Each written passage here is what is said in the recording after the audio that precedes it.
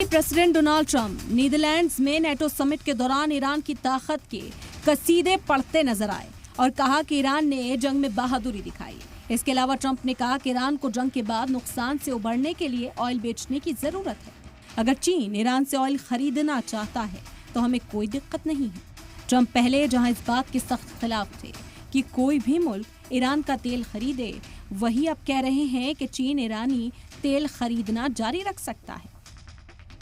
इससे कबल ईरानी तेल की खरीद को लेकर ट्रंप ने चीन की कई आजाद छोटी तेल रिफाइनरी कंपनियों और बंदरगाह टर्मिनल ऑपरेटर्स पर पाबंदी भी लगा दी थी।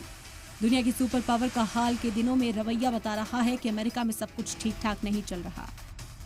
हम ऐसा इसलिए कह रहे हैं क्योंकि इसकी कई मिसालें हैं, जैसे ईरान न्यूक्लियर प्रोग्राम पर अमेरिका की ही खुफिया रिपोर्ट ने ट्रंप की पोल खोल दी। अमेरिका ने चीन से स्ट्रेट ऑफ हॉर्मूज बंद करने से रोकने की मदद मांगी थी। पाकिस्तान मूल के सादिक खान के लंदन मेयर बनने के बाद ज़ोहरान ममदानी न्यूयॉर्क के पहले भारतीय अमेरिकी मेयर बने हैं।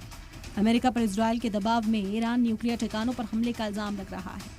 भारत पाकिस्तान सीज़फायर पर ट्रंप ने दर्जनों बार क्रेडिट ली, मगर तवज्जो नहीं मिली।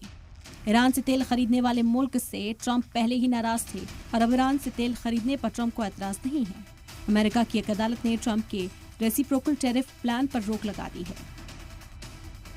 दरअसल ईरान इजराइल जंग में दुनिया ने देखा है कि किस तरीके से ईरान ने अमेरिका को झुकने पर मजबूर कर दिया।